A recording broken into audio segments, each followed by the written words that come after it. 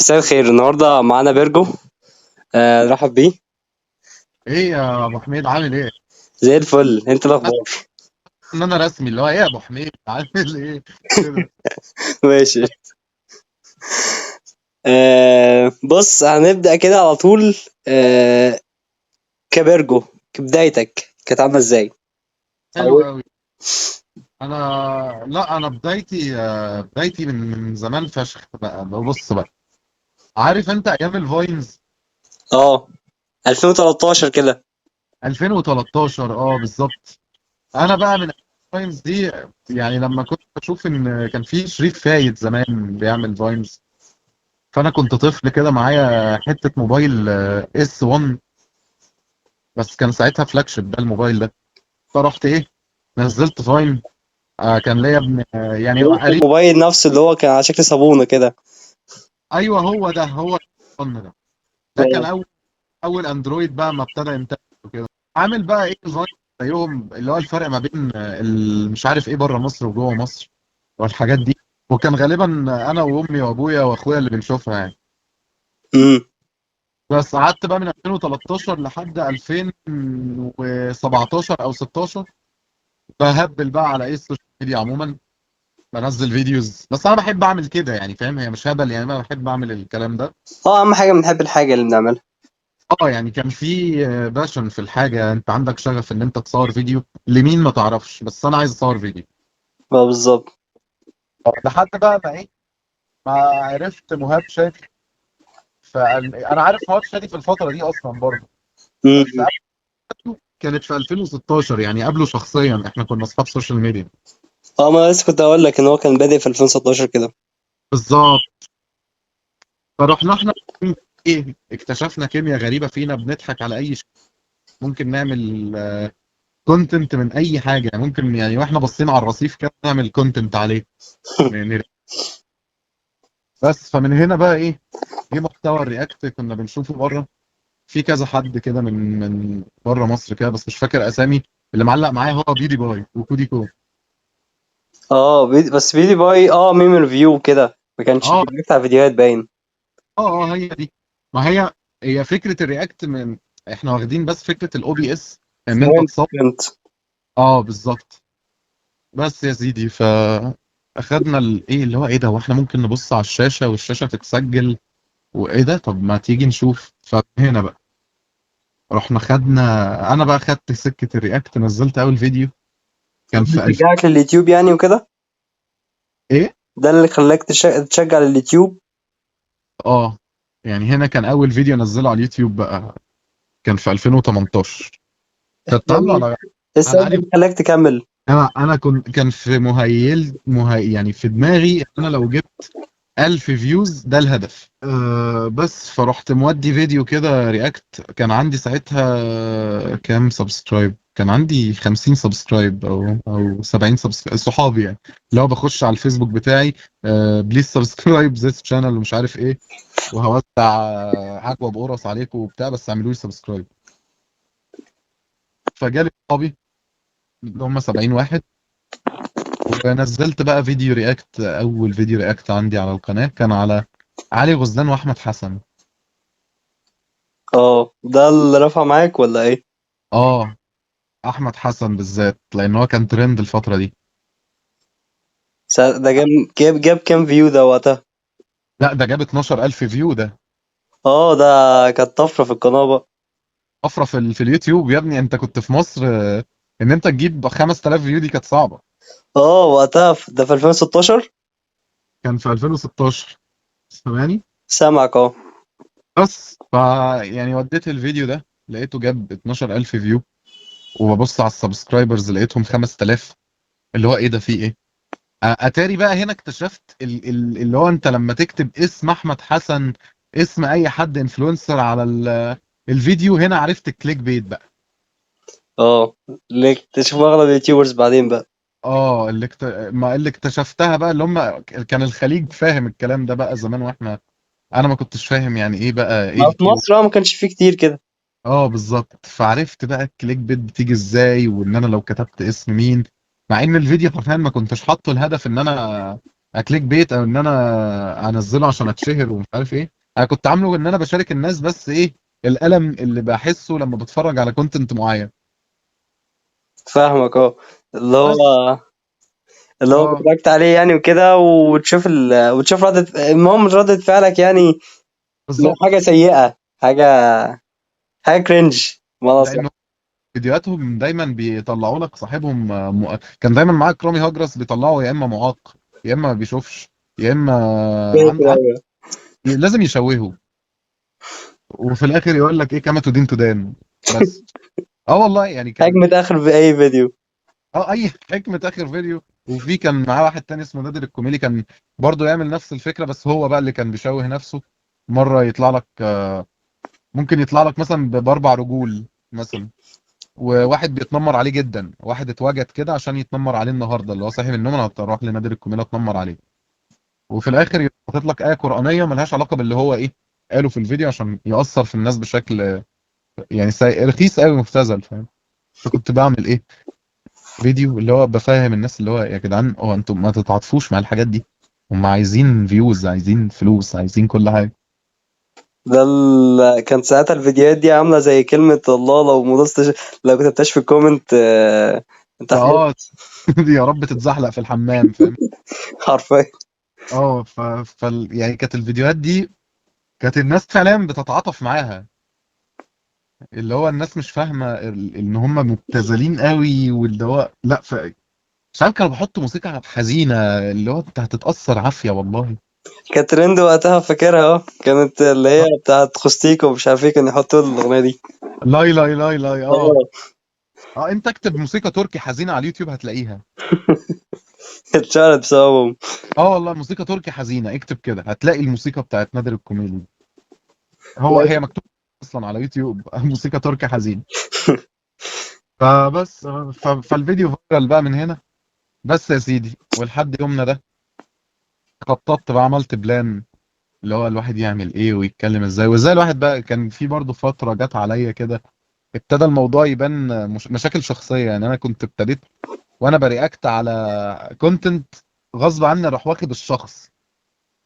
فاهم اه. يعني اللي هو انت بترياكت على المحتوى مش على الشخص، بس مرة واحدة بتلاقي الشخص جه في الرجلين كده ليه؟ ما هو عشان الكاركتر اللي انت طالع بيه. ما بالظبط، ما اصل بقى طبيعي يعني هيجي في الرجلين يعني. اصل انت كده بز- كده مش ينفع تنتقد حاجة بدون صاحب الحاجة. بالظبط يعني انت لو بترياكت مثلا هاني رمزي عمل شخصية اسمها غبي منه فيه، انت دلوقتي بترياكت على الفيلم، انت هتتريق على غبي منه فيه، على الشخص اللي طلع منه اللي اه. اسمه ما هو ريدي اصلا يعمل شخصية زي كده مثلا. بالظبط. فانت هتتريق على كان هاني رمزي في الفيلم ده اسمه سلطان اللي هو كان الغبي. فانا لو هتريق على سلطان، هل انا بتريق على هاني رمزي؟ لا. انا بتريق على سلطان اللي هو الكاركتر بتاع الفيلم. بس احنا في الكونتنت ريفيو اللي انا بعمله، انا نادر الكوميدي بيمثل، بس انا يعني مش طالع بكاركتر، هو طالع بنادر الكوميدي. فانا لما برياكت عليه الناس بتفتكر مثلا ان انا ممكن ارياكت على شخصه. لا انا برياكت على الايه الكاركتر اللي هو عملها. بس ما هو مش طالع باسم. ما هو لو طالع باسم زي هاني رمزي لما طلع اسمه سلطان، ساعتها الدنيا تبقى فيها شفافية. بس هو لا، هنا بقى ابتدينا نتلخبط بقى اللي هو ايه، ابتدى احس ان في حاجة غلط في الناس ممكن تحسني متنمر وبتاع. فابتديت اهدي الفولت شوية. برضو من ضمن الحاجات اللي ساعدتني على ان انا اظهر اكتر في يوتيوب الميوزيكلي. كان الميوزيكلي ده برضو زمان اه، ترند قوي. بتيك توك على طول. اه فشخ. هو قبل تيك توك، واحنا ما شاء الله ما نتوصاش شعب لو حطيت له ايه يعني اي حاجة فيها فيديوهات 30 ثانية يدوس. اي فيديو في 30 ثانيه بنت بتعمل ميوزيكلي هتلاقي الفيديو فايرال 3 مليون. خش عندي على القناه كده اعمل اللي هو الباب يدقر. هتلاقي دايما في ميوزيكلي. فعرفت ان اللي هو ايه انتوا عايزين كده، طب تعالوا ننظف بعد كده الكونتنت ايه بعدين. اه، ما في على فكرة مخرجين بيعملوا الحوار ده، يعني اه ينزلك فيلمين على مزاجه، وفيلم بقى شعبي ياكل مع الناس يعني وكده. يعني مثلا السبكي ما عمل مش عارف غالبا اولاد رزق ولا مش عارف ده بتاع مين. يعني عموما هتلاقي السبكي عمل له مثلا 3 افلام فيهم سعد الصغير، كده يروح رازعك فيلم زي مثلا اولاد العم. يعني حاجة يعني كويسة يعني بالنسبة اه للباقيين. اللي هو ب- هنا بقى، ما انا بقول لك، ما انا عرفت الكليك بيت بتيجي ازاي وكده. يعني انت لازم تشغل مخك. بس في علاقة يعني أفلام السبكي مثلا، الأفلام اللي فيها أغاني دي هي اللي بتاكل مع الناس. نفس مثلا الكلام ميوزيكلي، حاجات فيها أغاني فبرضه بالظبط. فانت ممكن ناس تقول لي ايه، طب ما انت كنت كده انت ما تغني. لا لا، اللي هو ما انت كده ايه، بتجيب بنات ميوزيكلي ومش عارف بتتاجر اللي هو هو انا دلوقتي لما بنزل فيديو ميوزيكلي زمان كان بيجيب مليون فيو ليه؟ يعني طب ما لو انت بتقول لي ان اللي انت بتعمله ده غلط، طب الناس دي بتيجي ليه؟ ما هو عشان حرفيا الناس دي بتشدهم الميوزك. كانت حاجه جديده، يعني ايه يبقى مش عارف ناس بترقص على ابلكيشن ايه ومش عارف. كان ترند ايا كان بقى، يعني ايا كان ماشي ازاي الترند ده بقى فيه مين. انت فاهم قصدي اللي هو. فاهمك اه. بس فمن هنا يا معلم ايه، جبنا ساعتها 100,000 سبسكرايبرز. فرحت قايل بس نوقف الميوزك ده. نبدأ بقى جد. لا جد. بس فمن 100,000 سبسكرايبرز دلوقتي 700,000 جم بقى بالمحتوى الأساسي. بس كده زي الفل، يعني ده اللي انت كنت عايزه. بالظبط. اللي هو ايه، بس لا، في ناس لسه دلوقتي يعني مش عايز اصنفهم بشكل اللي هم اغبياء او كده، بس في كونتنت كرييتورز كتير. آه هم ايه، بيبصوا اللي هو بيرجو اللي بيرياكت على تيك توك، او بيرجو اللي كان بيتريق على الميوزيكلي. هم فاهمين انا اللي هو يعني، وهو اصلا تلاقيه كان حاطط كلمة ميوزيكلي عنده. يعني لو واحد بيقدم محتوى تك اللي هو بيريفيو الموبايلات او كده، عارف هتلاقيه عارف. زمان عامل مثلا ايه ريفيو الموبايل ده، هل هو بيشغل تيك توك؟ هتلاقي فيه تايتل كده عنده. طب ما انت حاطط كلمة تيك توك عندك، بس انت عشان بتقدم محتوى تك فمش هينفع تحط فيديو لحد بيعمل تيك توك جنبك، بس هتحط اي حاجة ليها علاقة بتيك توك. فبيستغلوا هكذا. الحوار ده. ايه. فبيستغلوا يعني الموضوع ده. كل اليوتيوبرز بتعمل كده، كل اليوتيوبرز بيعملوا كليك بيت. يعني عندك مثلا محمود اسماعيل، ده من اساس اليوتيوب، عمود من عواميد اليوتيوب. مم. بس هتلاقي عنده اشهر فيديو اللي هو اشتريت فيراري بفلوس اليوتيوب. عنده ده اشهر فيديو. ما عارف شفته كتير. اه هل لما تفتح الفيديو هتلاقيه بيقول لك انا اشتريت فيراري؟ لا، هتلاقيه بيتكلم على الكليك بيت. بس هو عمل ايه؟ فعليا كليك بيت.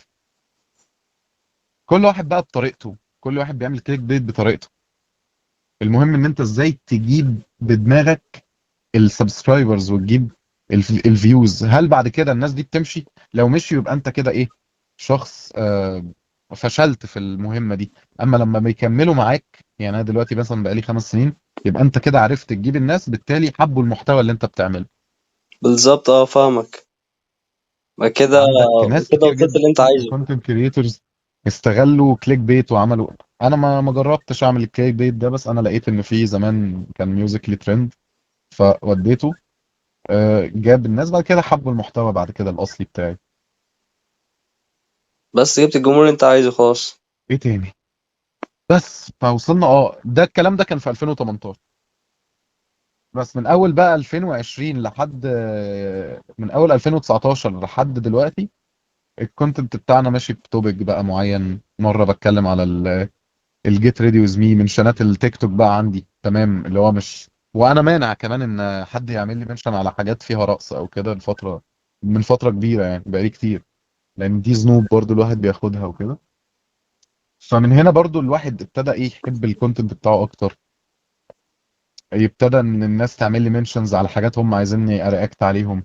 فبقيت شايف ان انا الكونتنت بتاعي دلوقتي في الفتره دي هو كونتنت ريفيو، مش فيديو رياكت خلاص. زي الفود ريفيو، ما انا ممكن اطلع اكل دلوقتي اندومي واقول لك حلو، جميل، انصح بيها الناس. انت عملت ايه؟ فاهم؟ فانت ما بتعملش رياكت على الطعم يعني، مش ما اسموش فود رياكت، فاهم؟ اسمه فود ريفيو، فانا بقول كونتنت ريفيو برضه. في فود فلوجرز مثلا يجيبوا 100 حاجة مثلا أو كده يجربوها كلها علشان يوروا الناس أحسن حاجة فيها ممكن يجربوها. انا ضد ده. ليه بقى؟ قول لي ليه. ليه؟ طيب انا دلوقتي لما يكون شخص مش مقتدر ان انا اجيب النهارده اكل، او عموما اكل من بره ما عنديش الرفاهيه ان انا اكل من براندز معينه في الاكل. امم. لما افتح موبايلي واشوف قدامي محتوى واحد حاطط لي خيرات الله، بيتزا هنا ستافت كرافت على مش عارف نص ديك على نص تيس على 40 كفتة على مش عارف ايه ومندي وطرب والاقي الراجل بياكل قدامي، وانا طبعا الجوع دي حاجة غريزية. فالراجل برضو اللي بيشوف الفيديو ده الغير مقتدر، او الشخص الغير مقتدر على الحاجات دي، هو بيشوف الفيديو هو هيتضايق. هو مش هيشوفها ترفيه بالمرة، ده مش ترفيه، ده اذى. زي اكني طالع بعرض لك عربيات فيراري قدامك وبقول لك انهي واحدة تقفل لك ال 100 كيلو في اقل من 3 ثواني. فاهم قصدي؟ فاهم اه. فهي بالتالي انا بشوف الفود ريفيو كده، تاكل ايه مش من ماكدونالدز؟ يا عم اكل اي حاجه، اللي يعني نعمه ربنا، انت هتخيرني ما بين نعمه ربنا؟ اي حاجه نعمه انت هتقول لي تاكل ايه من مش عارف كنتاكي؟ يا عم طب ودي الشخص اللي بيشوفك الغير مقتدر ده كنتاكي، هات وجبه وزعها على الناس اللي بتشقى في الشارع وبعد كده نبقى نشوف ناكل ايه. فهمتك فكرة برضه. بالظبط اه، بدل ما تقول لي اكل ايه، اكل الناس دوقها وقول لي رايهم ايه. يا عم انا موافق، هات لي حد غير وهيقول لي مثلا ما انا مش لازم اصورهم طب ما انت بتصور نفسك وانت بتاكل، انت بتقول رايك في نعمه ربنا يا اخي. فاهم؟ انت فاهم حاجه؟ فاهمك اه. فانا ضد الكونتنت ده بشكل بشع. على فكرة في الحوار ده أصلا، في ناس شغلانتهم أصلا ذواقة يعني، وبس بيدوق الأكل. طبعا يعني هو عنده سكيلز غيرنا كلنا، هو عنده لسان. يعني غالبا انا عشان ابقى فود ريفيو لازم اكون باكل بقالي كتير، يعني اكسبيرينس. اه يعني يعني. انت لو عندك 30 سنة فانت ذواق عني. ليه؟ لان انا عندي 25 سنة، فانت عشت 30 سنة بتاكل فانت خبرة عني. انا بقالي 25 سنة باكل. اللي هو دخل في بقك أطعمة بقى كتير ومش عارف ايه. اه بالظبط. يعني لو جبت عادل امام هيبقى اول احسن فود ريفيو في مصر. مصر حرفيا.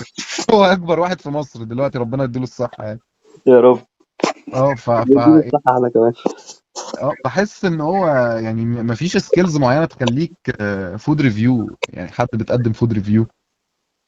لكن اما لو هتقدم مثلا كونتنت رياكت، او هتقدم سكتشات، هتقدم محتوى تك، لازم يبقى عندك القبول، او يعني هو التك عندك بالذات عندك خبرة بقى. مش خبرة برضو، مش عايزين نحزق قوي في لا الايه في يعني تفهم الدنيا اللي حواليك. اه عندك القبول، هنقول القبول ان انت تبص للكاميرا. لكن انا بشوف ما شاء الله ناس يا ساتر، ناس يعني هو مش مقتنع بنفسه قدام الكاميرا بيجرب لي اكل انهي شاورما.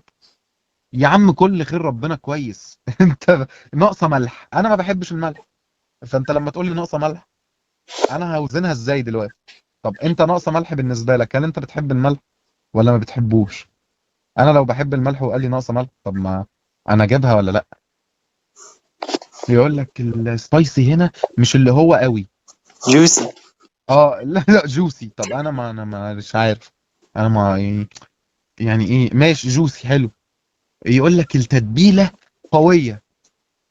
طب انا مثلا بحب ادوق طعم اللحمه، فانت لما تقول لي التتبيله قويه، هل هي قويه ان هي متسنكه مع طعم اللحمه، ولا قويه مغطيه على طعم اللحمه؟ فاهم؟ فاهم اه. فالموضوع حرفيا ممشينه بشكل ستاندرد، وهو الاكل ده حاجه نسبيه. انت بتحب السبانخ، انا ما بحبهاش. انا بحب الباميه، انت ما بتحبها كده. فاهم. هو في حتى فود بلوجرز اصلا بيراجعوا، بيبقى في حد ما بيحبهاش اساسا، يعني هم بيقيموا الاكل على اساس اللي بيحبوه ولا لا. انت مين عشان تقيم الاكل ده قبل ما انت تتولد؟ يعني انت فاهم حاجه؟ فاهم اه. يقول لك النهارده هنشوف اختراع ايه يا عم؟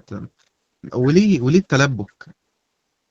حلو ان احنا بنعمل دلوقتي رياكت على الفود ريفيو. حرفيا. انا مبسوط بالحوار ده. وانا حرفيا كنا بنتكلم في حاجه ودخلنا في حاجه تاني. يعني اعمل موفي ريفيو، راجع لي فيلم. قول لي الفيلم ده حلو، على الاقل ايه هروح ادفع فلوس، انا دي حاجه ترفيهيه. انما الاكل ده حاجه غريزه، انت لو عشت يومين من غير ما تاكل او ثلاثه انت هتهبط، هيجي لك هبوط. يعني ما ينفعش تريفيو حاجه من سبل الحياه. انا ما ينفعش اطلع اقول لك الميه طعمها ايه، فالاكل طعمه ايه ماشي انا معاك، روح قول لي ان في حاجه جديده اسمها موتزاريلا على كذا على كذا هتعمل لك اكله طعمها حلو، اوكي انا معاك. لكن هتطلع تقيمها لي ليه؟ ليه اقيم لك الكفته عامله ازاي؟ طب ما تاكلها بالهنا والشفا، هتقيمها ليه؟ هي عملت لك ايه؟ طب ولما تديها ريت كويس او وحش، هل ده هيحببني فيها اكتر او هيكرهني فيها لما تديها ريت قليل؟ ما انا يعني هاكل في ذوقك، هي في الاول وفي الاخر ذوقك انت. بالظبط، ما انا كده كده هاكل وهعيش، وفي جبنه في التلاجة وهروح اعملها وبس خلاص.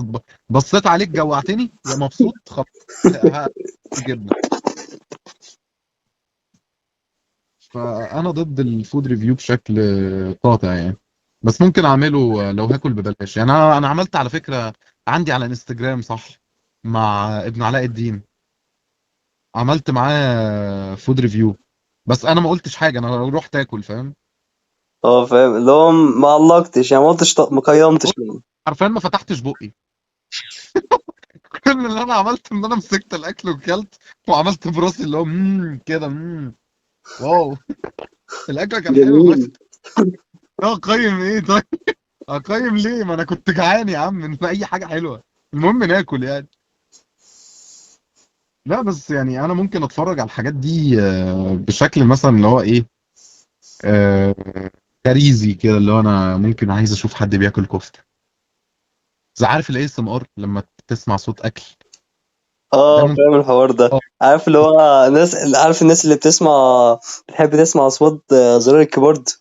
ايوه انا من الناس دي، انا بحب اسمع صوت الكتابه قوي، احب اسمع صوت الليب جلوس بتاع البنات ده، بيعمل صوت حلو قوي. بحب صوت الورق. في حاجات كتير بحبها من ضمنهم صوت الاكل، او ان انا ممكن اشوف حد بياكل قدامي، احب اشوفه بس ما يقيمليش، ما يقوليش تاكل ايه كل وسط، بس اتفرج عليك وانت بتاكل كده كنوع من انواع الساتسفكشن فاهم. اللي هو ايه، بدل ما انا عامل دايت فجعان فممكن اشوف واحد بياكل برجر قدامي. يا ده كده تعذيب النفس شوية بس. ولا بس يعني هحس بالايه ان انا ماشي، هو انا اللي اكلته هعتبر كده. لكن ما طلعش بقى ايه خيرات الله كده، عشان ما يكونش في حد مش مقتدر بيشوفني اضايقه يعني. فاهمك، انا بحب برضه الاحساس ده ساعات يعني. انا على فكرة ساعات بتفرج على فيديوهات الناس بتاكل او كده وانا صايم. اه كنوع من انواع ان انت ممكن تكون بتصبر نفسك. بالظبط، اه بحس ان هو انا اكلت خلاص، او ان انا شفت الاكل ده. ما زي ما موضوع اللي انا بقول لك، هو بيبقى منظره، وفي نفس الوقت بيبقى لناس تانية ساتسفيكشن. يعني محمد رمضان لما بيعرض عربياته في ناس بتهاجمه، انت بتعمل ايه، انت الناس مش لاقيه تاكل. وفي نفس الوقت لما في واحد بيحب العربيات بيخش بنفسه يدور على عربيه مش عارف نوعها ايه، يسمع صوتها بيحبها. يعني في ناس بتحب الموضوع ده في بشكل. ناس كتير جدا اكتشفت ان هي بتحب اصوات العربيات، اه او اصوات العربيات البنزين بالذات. اه يعني في ناس ضد اصلا العربيات ال... الكهرباء عشان الصوت. عشان الصوت، اللي هو ايه يا عم. انا نفسي انا خاف، انا في عربيات قبل كده مشيت في الشارع لقيت في كذا عربيه عدت الكتريك جنبي، الموضوع مرعب. انا مش حاسس بيها، مش سامع صوت، يعني كان ممكن البس فيها. هي خفيفة الدرجة دي؟ لا، حرفيا انت مش سامع صوت كاوتش جنبك، يعني اكن حد ماشي بعجله. انا مرة شفت فيديو ليها العربيات دي، كانت عربية بتعمل فس. اه فس، ده كده ده صوت عالي قوي. هي كمان عملت فس. تخيل بص وصلنا لايه، انحدار. المفروض ده تقدم يعني، بس قلب. لا تقدم ايه بس، ده قله ادب. حرفيا. لما عربيه تعمل يعني بعد ما اعترفناش. اه. انت عايز توصل لفين بالشانل حاليا؟ انا عايز اوصل للمليون، عايز اجيب درع المليون دلوقتي، وبعد كده نبني الباشن يعني نبني في ميشن تانية هتيجي. ايه هي؟ ما احنا هنحددها بعد ما اخد درع المليون كده واعلقه عندي. ممكن الميشن التانية ان انا اجيب تكييف. حلو الفكرة. اه يعني اجيب تكييف بقى بفلوس اليوتيوب اللي هتجي لي بعد المليون. ده اكيد ده لازم يعني. بالظبط اه، ما انا هيكون عندي مليون يعني، تخيل بقى. هو انت اصلا بالنسبة لك فلوس اليوتيوب او كده إيه مناسبة ان حد يشتغل عشانها في اليوتيوب او يكمل عشانها، ولا لازم يشتغل في الواقع او كده؟ والله بص، انت لو بتحب يوتيوب وجالك منه 10 جنيه انت مم. هترضى. لو ما بتحبش يوتيوب وداخله عشان تعمل فلوس مش هتعمل فلوس. فاهم. يعني تحب الحاجة، انت لو بتحب الرسم لو جالك فلوس او ما جالكش فلوس هترسم. امم. فلو جالك من الرسم ده 100 جنيه انت هتفرح فشخ. لكن لو ما بتحبش الرسم ورسمت عشان الفلوس وجالك 100 جنيه هتفرح. لا، احسها شغل روتيني عادي. روتين، اه بالظبط، هو كذلك يوتيوب. فانا لو جالي من يوتيوب 500 جنيه، 100 جنيه، 1000 جنيه، بالنسبة لي ملايين الدنيا، لان انا بحبه. اه، ده اهم حاجة.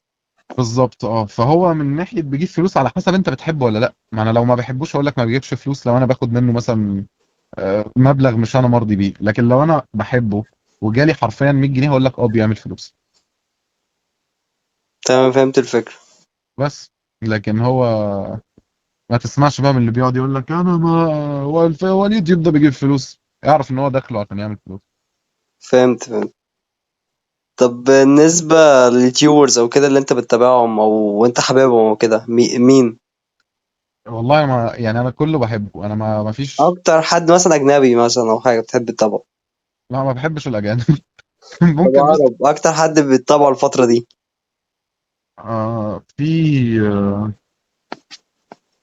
في في مع كامل احترامي اسمه كده، برنامج اسمه مع كامل احترامي. سمعت عنه تقريبا. اه بيقدموا حد كده لذيذ، بس هو بيشتم يعني.